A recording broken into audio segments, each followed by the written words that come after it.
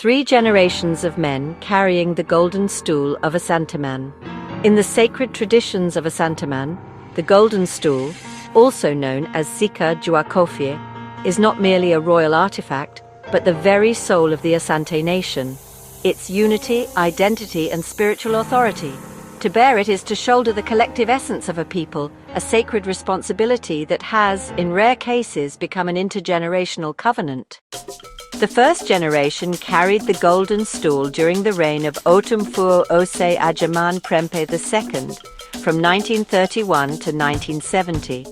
The second generation continued this sacred duty under Otumfuo Opoku Ware II, from 1970 to 1999.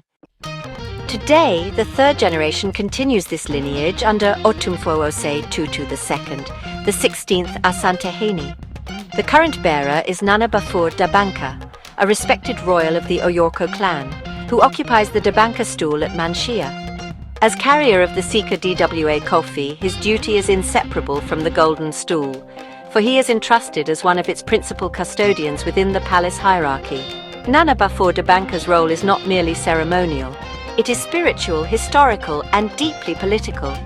Each time he bears the Golden Stool before the Asantehene, he affirms the covenant between the ancestors, the living, and the unborn, a covenant that sustains Asanteman's sovereignty.